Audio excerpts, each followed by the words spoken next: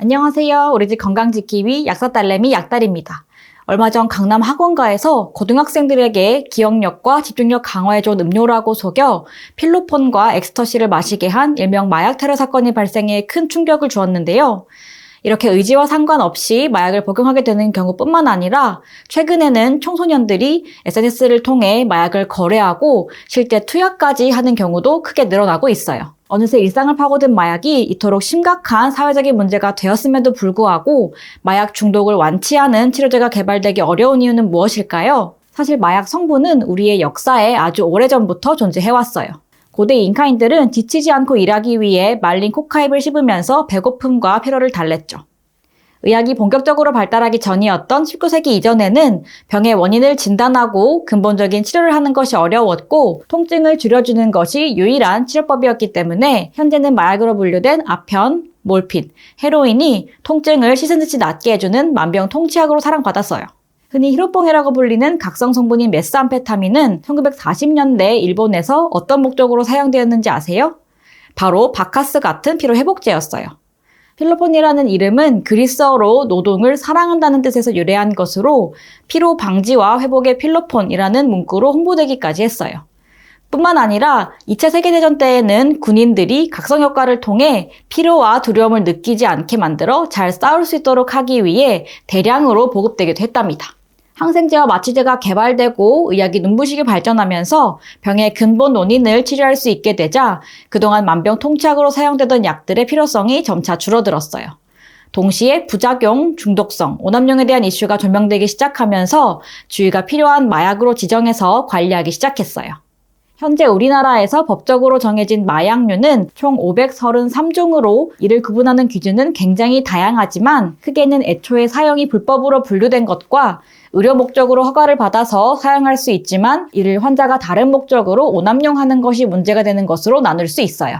영화에나 나오는 이야기 아니야? 라고 생각할 수 있지만 이런 사례는 우리 실생활에서 생각보다 쉽게 접할 수 있답니다. 수면 내시경이나 성형수술에 사용되는 프로포폴을 여러 병원들을 전전하면서 오남용하는 사례는 많이 들어보셨죠?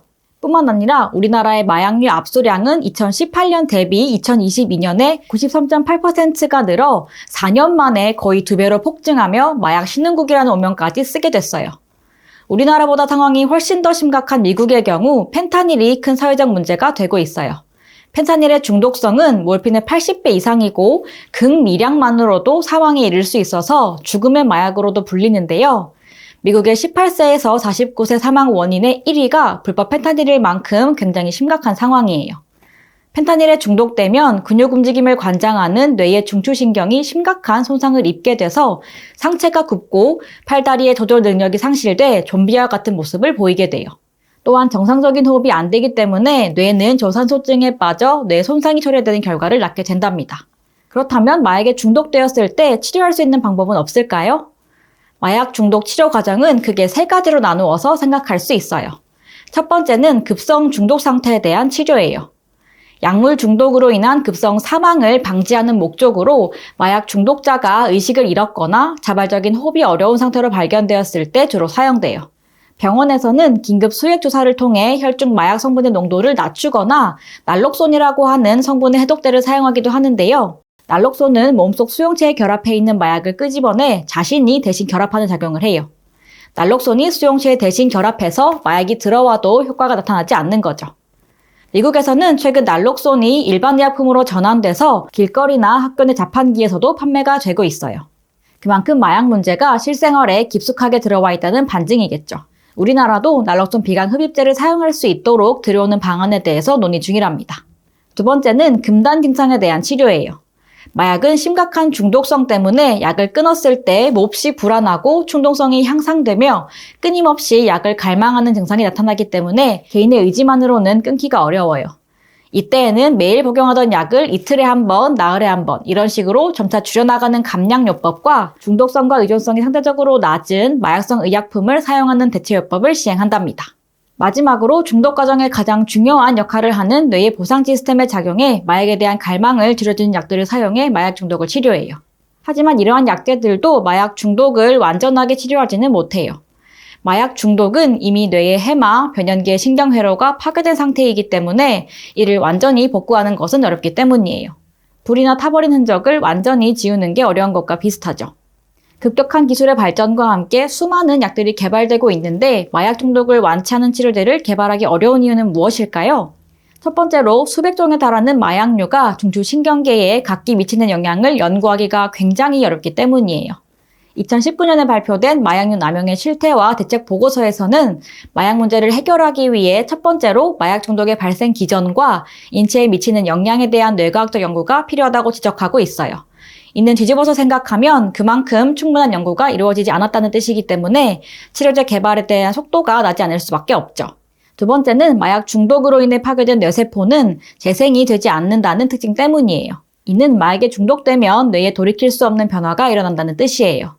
마약으로 인해 뇌가 손상되면 남아있는 뇌세포가 파괴된 세포의 기능까지 대신할 수 있도록 활성화돼야 하는데 이 과정을 타겟하는 약을 개발한다는 것이 아직까지는 불가능해요. 또한 치료제를 연구하고 개발하는 데에는 막대한 비용이 들어가는 만큼 투자 비용 대비 더 큰 수익이 예상되어야 하는데요. 보상이 적고 성공 여부가 불투명할 뿐만 아니라 이를 보완할 수 있는 국가 재정도 부족하기 때문에 제약회사에서는 치료제를 개발할 만한 충분한 동기가 없는 것도 문제예요.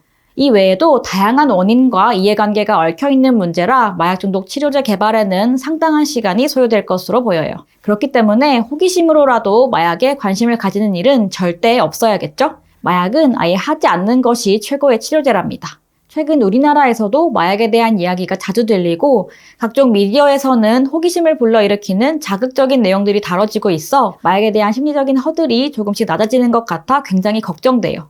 저도 이 영상을 준비하면서 책, 논문, 보도자료, 영상 등 정말 다양한 컨텐츠를 찾아봤는데 인공낙원이다, 내가 신이 된 것 같아 라는 표현을 보면서 이건 어떤 느낌일까 라는 생각을 저도 모르게 하고 있더라고요. 스스로도 깜짝 놀랐어요. 시작은 나의 의지로 하는 것이지만 끝은 절대 그렇지 않다는 것을 반드시 명심하시면 좋겠어요. 오늘 영상은 여기까지 준비했어요. 다음에도 유용하고 도움이 되는 내용으로 찾아올게요. 영상 끝까지 봐주셔서 감사합니다.